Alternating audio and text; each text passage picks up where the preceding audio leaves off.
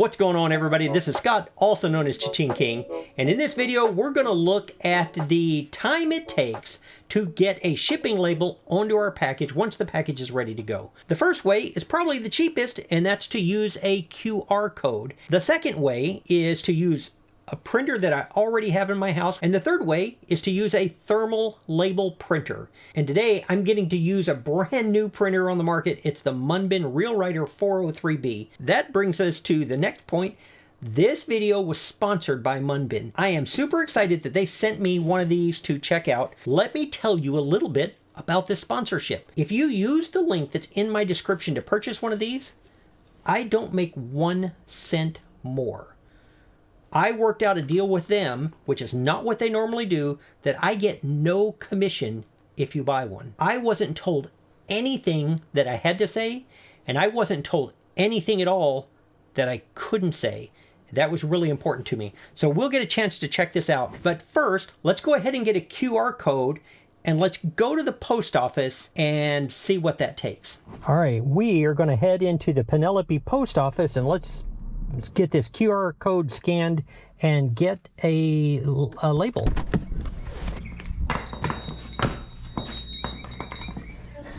Good morning.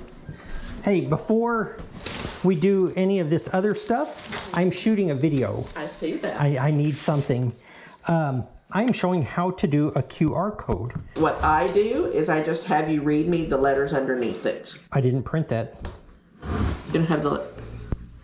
Well, then I can't do it because I don't have a scanner to scan that. Okay, hold on. I'll get it for you, though. Okay. I know how to get it. Okay, all right. That still helps me. I'll shut this camera off now. So, at the post office, that didn't work well at all.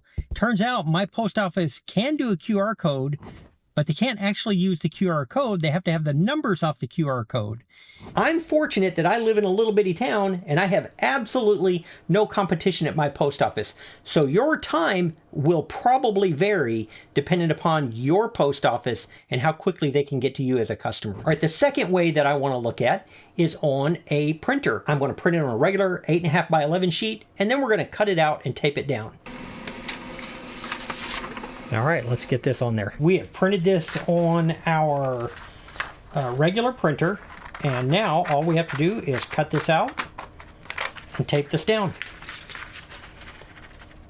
Melody and I did this for several years, and if you are only printing a couple of things a month, this is probably fine. If you are going to run this like a business and ship every day, this is not the way to do this.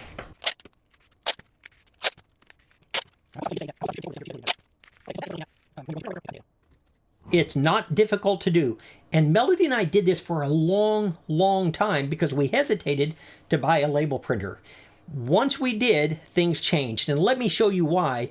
Let's fire up this MUNBYN, let's print a label and attach it to my package. And I've got this set on the slowest settings to get the clearest print. And now, let's put this onto an envelope.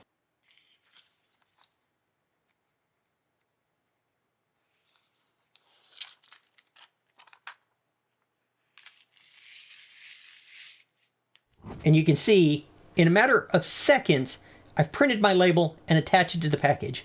So, I mean, truly, I have a favorite, and it's pretty clear why. But let's talk about why this wins hands down, in my opinion. There are several reasons. First of all, with a QR code, it really is going to make a difference at your post office. How long you're going to wait in that line will vary a great deal. And if you have 10 packages or 12 packages, it's really going to be a chore. So one of the considerations with an inkjet or a laser jet is this right here. This is the first label that I printed. And while I could have probably taped that onto the package, the point is that even though I've been using the same printer for a long time, there are so many different settings to getting it right before I got the 4x6 label so that you could see it. So I don't like that. Here is something else to consider. When you put these on here, no matter what you do, this isn't going to look as professional as one that self-sticks. And finally, and this is so easy to forget, especially if you're new to running a business, tape that you're using here, tape isn't free. If you've been using any packing tape or shipping tape at all, this stuff, it gets expensive. So this works great if you're shipping a few packages a month. If you're shipping regularly, I strongly suggest that you get a thermal printer because it looks professional, it's cheaper, and as this video shows, it's a massive, massive time savings. So I want to thank again Munbyn for sponsoring the video. And again, special kind of sponsorship in that I don't make any commission if you purchase one. I wouldn't bring this to you if I didn't think it was worthwhile. Probably the best thing about this, with this being Bluetooth, is that it's not hooked up to my computer at all, which means I can print from virtually anywhere. I can print from my phone, I can print from my computer, I could print from the laptop. One of the nicest things about this specific printer is that I didn't have to jump through any hoops at all in order to be able to connect to it. I don't have to change the print size. I didn't have to do anything other than print my label. That was it.